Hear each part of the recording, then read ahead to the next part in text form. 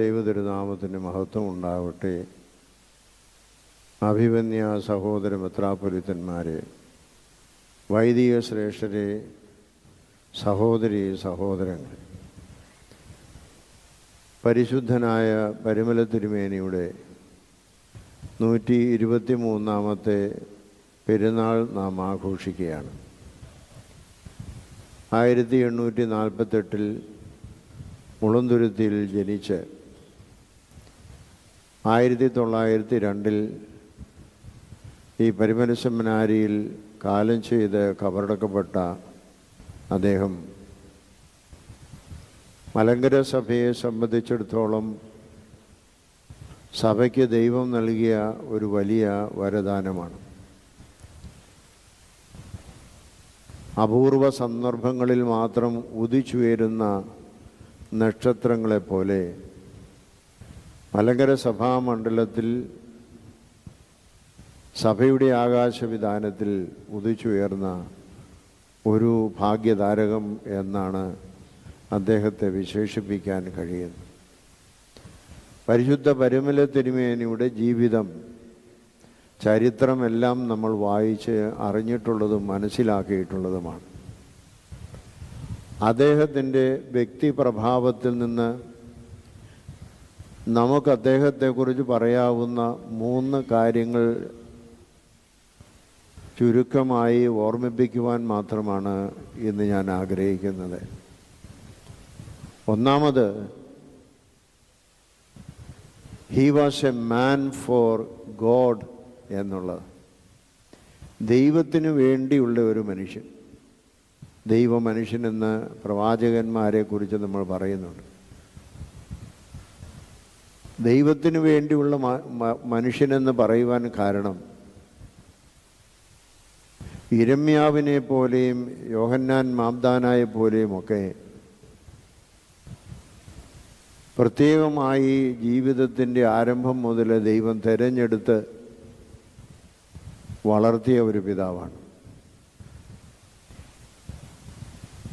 ഗീവറീസ് എന്ന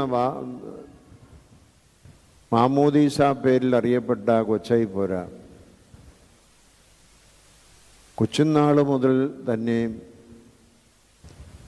ആരാധനാ ജീവിതത്തിൽ കൂടുതൽ താല്പര്യം കാണിച്ചു. 2 വയസ്സിൽ തന്നെ മാതാവ് മരിച്ചുപോയെങ്കിലും സഹോദരി മറിയാം വളർത്തിയതാണെങ്കിലും അന്നെല്ലാം സുറിയാനി ഭാഷയിലാണ് ആരാധനയും എല്ലാം നടത്തിക്കൊണ്ടിരുന്നത്.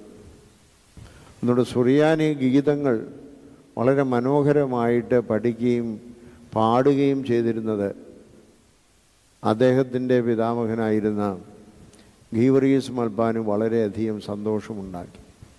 അതുകൊണ്ട് അദ്ദേഹത്തെ ഒരു വൈദികനാക്കണമെന്ന് ആഗ്രഹിച്ചു. കുടുംബക്കാരും അത് തന്നെ താല്പര്യപ്പെട്ടു. 8 വയസ്സിൽ തന്നെ അദ്ദേഹം ഈ കാര്യങ്ങൾ താല്പര്യമോടും മൽപ്പാനിൻ്റെ കൂടെ താമസം തുടങ്ങി. 10ാമത്തെ വയസ്സിൽ അദ്ദേഹത്തെ കോറോയോ ആക്കി. 1858 പാലകുന്തത്ത് മാത്യൂസ് അത്താനാസ്യൂസ. അതിനുശേഷം അദ്ദേഹം കോറോയോ ആയിക്കൊണ്ട് പിതാമഹൻ്റെ കൂടെ എല്ലാം പഠിച്ച് ആരാധനയും സഭയുടെ വിശ്വാസവും എല്ലാം താൻ അനുഭവവേദ്യമാക്കി. നിർഭാഗ്യവശാൽ 1864 പിതാമഹൻ മസൂരി വന്ന് പിടിച്ച് മരിച്ചതുകൊണ്ട് പിന്നീടുള്ളതായ തൻ്റെ അഭ്യസനം കോനാട്ട് മൽപ്പാൻ്റെ കീഴിൽ നിർവഹിക്കുകയാണ് ചെയ്തത്. ദൈവത്താൽ പ്രത്യേകമായി തിരഞ്ഞെടുത്ത അദ്ദേഹത്തിന് മസൂരി രോഗം പിടിച്ചെങ്കിലും അത്ഭുതകരമായി രക്ഷപ്പെട്ടു. കന്യാമറിയാം പ്രത്യക്ഷപ്പെട്ടത് അദ്ദേഹം എൻ്റെ അമ്മ എനിക്ക് പ്രത്യക്ഷപ്പെട്ടു എന്നാണ് രേഖപ്പെടുത്തിയിരിക്കുന്നത്. തുടർന്നുള്ള അദ്ദേഹത്തിൻ്റെ ജീവിതം മുഴുവനും ദൈവത്തിനു വേണ്ടിയുള്ള ജീവിതമാണ്. യുവാക്കിം മാർ കൂറിലോസ് അദ്ദേഹത്തെ ഷമ്മാശനായിട്ടും വൈദികനായിട്ടും കോർപ്പീസ്കോപ്പായിട്ടുമൊക്കെ പട്ടം കൊടുത്തു. അതിനുശേഷമാണ് അദ്ദേഹത്തിൻ്റെ ഇത്തരത്തിലുള്ളതായ ഒരു സന്യാസ ജീവിതം, സഭയ്ക്ക് അല്ലെങ്കിൽ ദൈവത്തിന് സ്വയം പ്രതിഷ്ഠിച്ചുകൊണ്ടുള്ളതായ ജീവിതം. ഏതാനും വർഷങ്ങൾ മുളന്തുരുത്തി പള്ളിയിൽ, സ്വന്തം ഇടവ പള്ളിയിൽ വൈദികനായി ശുശ്രൂഷ ചെയ്തെങ്കിലും തൻ്റെ ജീവിതത്തിൻ്റെ ലക്ഷ്യം സന്യാസമാണ് എന്ന് തിരിച്ചറിഞ്ഞ് ദൈവം എന്നെ അതിനാണ് വിളിച്ചിരിക്കുന്നതെന്ന് ബോധ്യപ്പെടുത്തി ദൈവത്തിനു വേണ്ടി ജീവിക്കുവാൻ വെട്ടിക്കൽ ധാരായിൽ നീണ്ട 11 വർഷക്കാലത്തോളം ശുശ്രൂഷ അനുഷ്ഠിക്കുകയാണ് ചെയ്തത്. ആ 11 വർഷക്കാലം കൊണ്ട് ലഭിച്ചതായ വലിയ ആത്മീയ പാരമ്പര്യം കൊണ്ട് പുലിക്കോട്ടിലെ ഔസേപ്പ് ദേവന്നാസൂസ് അദ്ദേഹത്തിനെ റമ്പാനാക്കി. അങ്ങനെ റമ്പാൻ സ്ഥാനത്ത് അദ്ദേഹം ശുശ്രൂഷ അനുഷ്ഠിക്കുകയും ചെയ്യുന്ന സമയത്താണ് പത്രോസ് പാത്രിയർക്കീസ് 1875 കേരളത്തിൽ വന്നത്. അദ്ദേഹത്തിൻ്റെ സെക്രട്ടറിയായി, പരിഭാഷകനായി ഗീവർഗീസ് റമ്പാനാണ് നിയോഗിക്കപ്പെട്ടത്. അതിൻ്റെ ഫലമായിട്ടാണ് അദ്ദേഹത്തെ 1876 മറ്റ് 5 മെത്രാച്ചന്മാരോടൊപ്പം 6 മെത്രാച്ചന്മാരുടെ കൂട്ടത്തിൽ ഏറ്റവും ചെറിയവനായി, പ്രായം കുറഞ്ഞ 28 വയസ്സ് മാത്രമുള്ള ആളിന് മെത്രാൻ സ്ഥാനം കൊടുക്കുന്നു. അതൊരു ദൈവനിയോഗമായിരുന്നു. പക്ഷേ അദ്ദേഹം ദൈവത്തിനുള്ള മനുഷ്യനാണ്. അതുകൊണ്ട് മറ്റെല്ലാ മെത്രാച്ചന്മാരെയും കൂട്ടിക്കൊണ്ട് ഇളയവനായ അദ്ദേഹം തീരുമാനിച്ചത് 40 ദിവസം വെട്ടിക്കൽ ധാരായിൽ ഉപവാസം അനുഷ്ഠിക്കുക, ഭദ്രാസന ഭരണത്തിന് പോകുന്നതിന് മുമ്പ്. അതാണ് ദൈവത്തിന് വേണ്ടിയുള്ള തൻ്റെ ജീവിതത്തിലെ മഹത്വകരമായിരിക്കുന്ന ഒരു ദൃഷ്ടാന്തം. അങ്ങനെയുള്ളതായ ഉപവാസകാലത്താണ് പുലിക്കോട്ടിലെ ഔസേപ്പ് ദേവന്നാസ്യോസിനെ കൊല്ലം ഭദ്രാസനത്തിൻ്റെ മാത്രം മെത്രാപ്പൊലീത്താക്കിയ പത്രോസ് പാത്രികീസിൻ്റെ ആ വിജ്ഞാപനം. അതുവരെ അദ്ദേഹം മലങ്കരയിലെ ഏക മെത്രാപ്പൊലീത്തായിരുന്ന അദ്ദേഹം ചെന്ന് ഈ കൊച്ചു മെത്രാച്ചന്മാരോട് പറയുന്നു. ഉപവാസത്തിൻ്റെ അവസാനം 6 മെത്രാച്ചന്മാരും കൂടെ, മുറിമറ്റത്തിൽ ബാവ ഏറ്റവും സീനിയറായിരുന്ന അദ്ദേഹം മുതൽ പരിമല തിരുമേനി ഏറ്റവും ജൂനിയറായിരുന്നവർ ഒരുമിച്ച് 6 പേരും ഒരുമിച്ച് പുലിക്കോട്ടിലെ ഔസേപ്പ് ദേവന്നാസൂസ് സഞ്ചാമനോട് പറയുന്നു, അങ്ങ് ഞങ്ങളുടെ പൊതുപിതാവാണ്, അങ്ങ് മലങ്കര സഭയുടെ മലങ്കര മെത്രാപ്പൊലീത്തായി ഈ സഭയെ നയിക്കണം. അങ്ങനെയാണ് പുലിക്കോട്ടിലെ ഔസേപ്പ് ദേവന്നാസൂസ് അത്രമാത്രം ശക്തമായിട്ട് തൻ്റെ ശുശ്രൂഷ നിർവഹിക്കുവാൻ പഴയ സെമിനാരിയും തുടർന്ന് ഇവിടെ പരിമലയും വരുവാൻ കാരണമായി തീർന്നത്.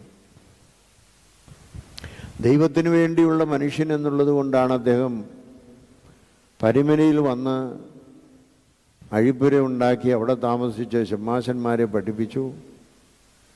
പരിമല ദേവാലയത്തിന് തറക്കല്ലിട്ട് saint Peter's and saint Paul's എന്നുള്ള ദേവാലയം പണിതു. അങ്ങനെ ദൈവത്തിന് വേണ്ടിയുള്ള മനുഷ്യനായിട്ട് തൻ്റെ ജീവിതം മുഴുവൻ സമർപ്പിച്ചു.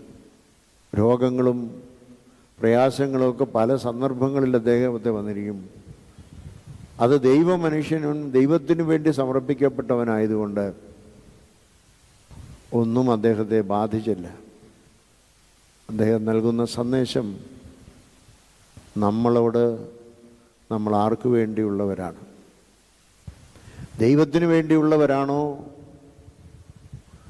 എങ്ങനെയാണ് നാം ജീവിക്കുന്നത്? ദൈവകൽപ്പന അനുസരിച്ച്, സഭയുടെ കൽപ്പനകൾ അനുസരിച്ച് ദൈവത്തിന് വേണ്ടി ജീവിക്കുന്നവരാണോ? അതോ നമ്മുടെ സ്വാർത്ഥതയ്ക്കും അഹങ്കാരത്തിനും വേണ്ടി ഈ ലോകത്ത് ജീവിക്കുന്നവരാണോ? ദൈവത്തിനു വേണ്ടി ജീവിക്കുന്നവരാണോ അധർമ്മങ്ങളുടെ അസന്മാർഗീയ പ്രവർത്തനങ്ങളിൽ കൂടെ പിശാചിന് വേണ്ടി ജീവിക്കുന്നവരാണോ എന്ന് പരിമല തിരുമേനിയുടെ ഒരു വലിയ ചോദ്യം നമ്മുടെ മുമ്പാകെയുണ്ട്. നാം എല്ലാവരും മാമ്മോദീസായിൽ ദൈവത്തിന് വേണ്ടി പ്രതിഷ്ഠിക്കപ്പെട്ടവരാണ്.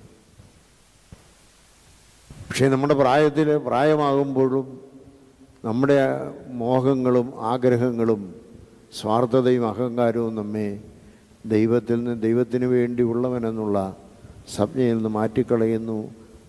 പരിമല തിരുമേനി അതിന് തൻ്റെ ജീവിതത്തിൻ്റെ തുടക്കം മുതൽ അവസാനം വരെയും ദൈവത്തിന് വേണ്ടി ജീവിച്ചു എന്നുള്ളത് നമുക്ക് മുമ്പിൽ ഒരു വലിയ സന്ദേശമാണ്. രണ്ടാമത്, he was a man for the church. സഭയ്ക്ക് വേണ്ടിയുള്ള പിതാവാണ്. സഭയ്ക്ക് വേണ്ടി ജീവിച്ചതായ ഒരു മെത്രാപ്പൊലീത്തയാണ്. തൻ്റെ ജീവിതം മുഴുവനും സഭയുടെ ആരാധനകളും പ്രാർത്ഥനകളും എല്ലാം നിവർത്തിക്കുക മാത്രമല്ല, സഭയുടെ അടിസ്ഥാന വിശ്വാസത്തിന് ഭീഷണിയാകുന്നതായ നവീകരണ പ്രസ്ഥാനങ്ങൾ വന്നപ്പോൾ അതിനെതിരെ ശക്തമായി പഠിപ്പിക്കുവാനും അദ്ദേഹം തയ്യാറായി. പരിമല സെമിനാരിയിൽ അദ്ദേഹം താമസിച്ചുകൊണ്ട് ഷമ്മാശന്മാരെ പഠിപ്പിക്കുമ്പോൾ അതിൽ നിന്ന് 3 പ്രഗത്ഭന്മാരായിരിക്കുന്നവരെ സഭയ്ക്ക് നൽകി. വട്ടശ്ശേരി തിരുമേനിയും കുറ്റിക്കാടിൽ പൗലോസ് അത്താനാസ്യൂസും ഗീവറീസ് ദിയൻ ബാബ അഥവാ കുറിശി ബാബായും അദ്ദേഹത്തിൻ്റെ വലിയ ശിഷ്യന്മാരായിരുന്നു. അവരെയെല്ലാം പരിശീലിപ്പിച്ച് സഭയ്ക്ക് നൽകിയ ദേഹമാണ്. മാത്രമല്ല, സഭയ്ക്ക് എന്തെല്ലാം ആവശ്യമുണ്ട് എന്ന് മനസ്സിലാക്കിക്കൊണ്ട് സഭയുടെ എല്ലാ പ്രവർത്തനങ്ങളിലും താൻ മുന്നിട്ട് നിന്നു. വൈദികരുടെ സമ്മേളനം, കൂട്ടായ്മ, വിദ്യാർത്ഥികളുടെ കൂട്ടായ്മ, ഇതെല്ലാം അദ്ദേഹം വിഭാവനം ചെയ്തതാണ്. അങ്ങനെ സഭയ്ക്ക് വേണ്ടി തൻ്റെ ജീവിതം മുഴുവൻ അർപ്പിച്ചു. നിരണം ഭദ്രാസനം മാത്രമല്ല, തുടർന്ന് തുമ്പമണ്ണും കൊല്ലം ഭദ്രാസനങ്ങളെല്ലാം തൻ്റെ ഭരണത്തിന് കീഴിലായപ്പോഴും അദ്ദേഹത്തിന് ആത്യന്തികമായ ഒരു ലക്ഷ്യമേ ഉണ്ടായിരുന്നുള്ളൂ: സഭ വളരണം. സഭയ്ക്ക് എന്തെല്ലാം ഭീഷണി ഉണ്ടായിരുന്നാലും അതിനെതിരെ സജ്ജമായി നിൽക്കുവാൻ നമുക്ക് ഉത്തരവാദിത്വമുണ്ട്. അതാണ് അദ്ദേഹത്തിൻ്റെ ജീവിതം നമുക്ക് നൽകുന്നതായ വലിയ സന്ദേശം. നാം നിവസിക്കുന്ന ഈ കാലഘട്ടത്തിലും സഭയ്ക്കെതിരെ പലതരത്തിലുള്ളതായ ഭീഷണികളും വെല്ലുവിളികളൊക്കെ ഉയർന്നു വരുന്ന ഒരു കാലഘട്ടമാണെന്ന് നമുക്കറിയാം. പരിമല തിരുമേനി നമുക്ക് നൽകുന്ന സന്ദേശം ജീവിതത്തിൻ്റെ അവസാനം വരെയും സഭയുടെ വിശ്വാസത്തിന് വേണ്ടി നാം നിലനിൽക്കണം, അതിനുവേണ്ടി പ്രവർത്തിക്കണമെന്നുള്ളതാണ്. ആ സന്ദേശം ഉൾക്കൊള്ളുവാൻ ഈ പെരുന്നാളിൽ നമുക്ക് സാധിക്കും. മൂന്നാമത്, അദ്ദേഹം he was a man for the society. സമൂഹത്തിന് വേണ്ടിയുള്ള ഒരു പിതാവായിരുന്നു എന്നുള്ളതാണ്. സമൂഹത്തിൻ്റെ പ്രയാസങ്ങളും ദുഃഖങ്ങളും മനസ്സിലാക്കി ജാതി മതഭേദമന്യേ എല്ലാവർക്കും നന്മ പകർന്നു കൊടുക്കുവാൻ, തൻ്റെ അടുക്കൽ വന്ന് യാചിക്കുന്ന ആർക്കും ഏത് മതത്തിലുള്ളവരാണോ എന്ന് ചോദിക്കാറില്ല. ആരാണ് വരുന്നത്? ഒരു മനുഷ്യനാണ് വരുന്നത്. മനുഷ്യനെ സ്നേഹിക്കുവാനാണ് എന്നെ ദൈവമാക്കിയിരിക്കുന്നത്.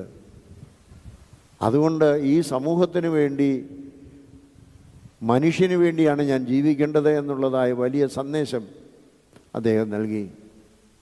പാവപ്പെട്ടവരായ എത്രയോ ആളുകളുടെ തിരുമേനിയുടെ അടുത്ത് വന്ന് സൗഖ്യം പ്രാപിച്ചത് മാത്രമല്ല, അവരുടെ ബിസിനസ് വളർന്നതും അവരുടെ ഭാവി ജീവിതമുണ്ടായതും അവരുടെ മക്കളുടെ വിദ്യാഭ്യാസം ഉണ്ടായതും അങ്ങനെ ചരിത്രങ്ങൾ അനേകം അദ്ദേഹത്തിൻ്റെ ചരിത്ര പുസ്തകത്തിൽ നാം വായിക്കുന്നുണ്ട്. പാവപ്പെട്ടവരെ കരുതുവാനുള്ള അദ്ദേഹത്തിൻ്റെ താല്പര്യം, ധീരമായ ഒരു നിലപാടാണ് അദ്ദേഹം എടുത്തത്. തീണ്ടലും തൊടിയിലുമൊക്കെയുള്ള ഒരു കാലഘട്ടത്തിൽ സമൂഹത്തിൽ പാർശ്വവൽക്കരിക്കപ്പെട്ട ആളുകൾക്ക് വിദ്യാഭ്യാസത്തിന് അർഹതയില്ലാത്തതായ അവസരം ലഭിക്കാത്ത സാഹചര്യത്തിൽ അവർക്ക് വേണ്ടി സ്കൂളുകൾ ആരംഭിക്കുക. മുളന്തുരുത്തിയിലും അതുപോലെ കുന്നംകുളത്തും തിരുവല്ലായിലും ഇങ്ങനെ ഇത് വേണ്ട എല്ലാ സ്ഥലങ്ങളിലും താൻ സ്കൂളുകൾ ആരംഭിച്ചു. അത് ആ സ്കൂളിൽ നിന്ന് എന്തെങ്കിലും ലാഭമുണ്ടാക്കാനല്ല. സ്കൂളിലുള്ളവർ കുട്ടികൾക്ക് വിദ്യാഭ്യാസം ഉണ്ടാകണം.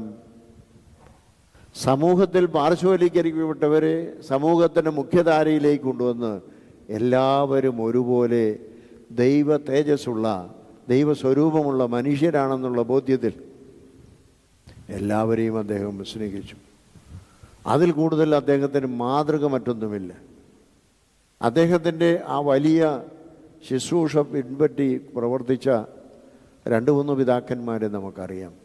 പിന്നീട് വന്ന അൽവാറീസ് മാർ യൂലിയോസ്, പത്രോസ് മാർ ഔസ്താത്യോസ്, ഗീവറീസ് മാർ ഔസ്താത്യോസ്, ഈ തിരുമേനിമാരെല്ലാം